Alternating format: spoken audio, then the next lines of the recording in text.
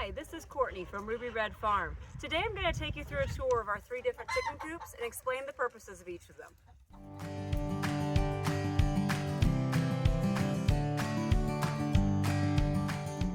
So for our first stop, we're going to be looking at our laying coop. So our laying hens, right now we have about 150 or so adult hens. We also have about 50 what I call teenager chickens. So for our adult hens, they stay in what we lovingly call the chicken Taj Mahal. So this chicken coop, my husband built himself. He over-engineered it, and it is built on top of a hay wagon. So the nice thing is it does serve as a chicken tractor where we move it. And we do move it frequently. Right now, they're hanging out in their late fall spot, which is to clean up our mess in the garden. They go around and scavenge and get anything they can find. They'll be here for about 2 months, and then we'll get them back on pasture, back to that green grass. For this coop though, it has a lot of really nice designs that make our lives easier and I think keeps the chickens happier.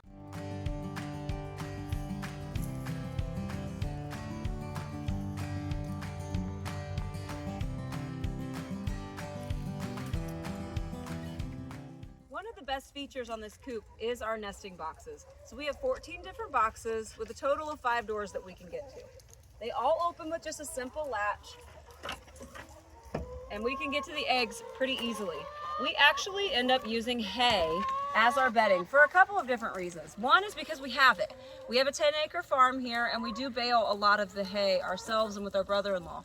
So that hay works because we have it. But the other reason is because I actually find it's a better bedding than straw. The straw tends to just get kicked out a little too easily by the hens, whereas the hay they can't kick out quite as easily. So we really like it for that. Still absorbs that moisture and still keeps things nice and fresh in the coop.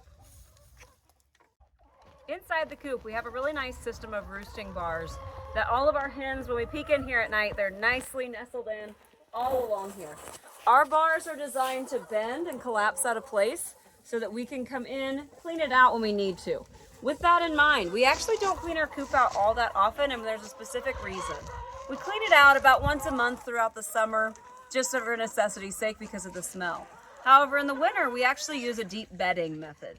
The method is, one, simpler for us, to be totally blunt, but it also produces some heat because you'll get a little bit of decomposition that's happening, almost like a compost pile.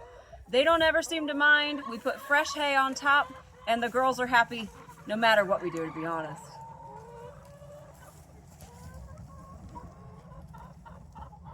Next we have our teenager coop. So this was actually the coop that we started with. I bought this plan online, my husband built it, and it's designed to fit about 25 chickens. To us, that sounded like a ton of chickens in the get-go, and now we have about 200. But it worked amazingly well for 25 hens. This coop is also designed as a chicken tractor where we can move it, has a run underneath, and then a little bit of a living room, if you will, where they can get out in the open. The nice thing, and one of the things we liked best about this, is that it was tall. And so on the other side, we can get in the man door and do our chores without having as much of an issue with the height. In here, we have adapted it now to be a little bit better for winter. We've put some plastic, a little bit of hay just to keep the girls warmer. It also is designed with 8 nesting boxes, but for our purposes, they don't use those because these are for our juvenile hens that are not laying yet. This also has a nice latch lever system here where their ramp is a bit of a drawbridge.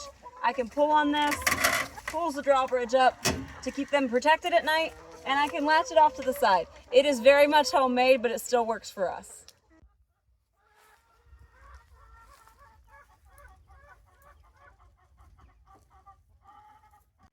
Next up, we have our meat bird coop.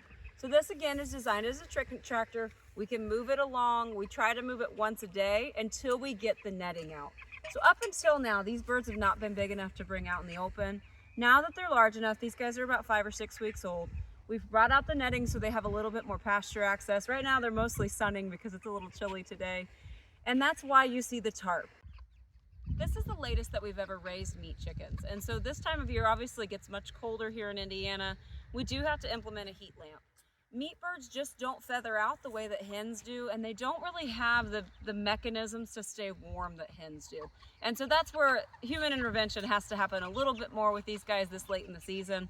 Normally we would not have any kind of a heat lamp, but we do sometimes have to have the tarp because they really don't like wind. So this coop is designed with a nice lift top door. This is for us to use. It does have a latch. I don't think any animal will be able to lift this though. It's pretty heavy.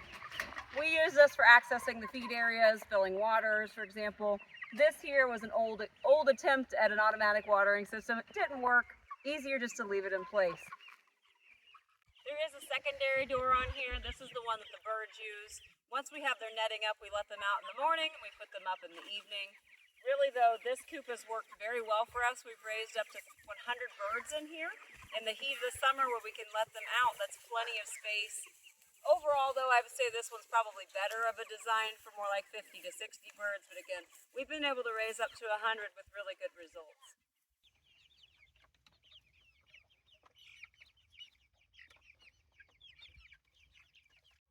Those are our 3 different chicken coops. They work really well for us. We're huge fans of the chicken tractor system, just so we can spread that manure around and do some self-sustainability. If you have any questions or if you have a coop design that you really like for your birds, go ahead and leave us a comment below. Thanks for watching, and again, this was Courtney from Ruby Red Farm. Hi, beautiful. I'm gonna name it Sunshine. Sunshine. Okay, what are you gonna name yours? Smoothie.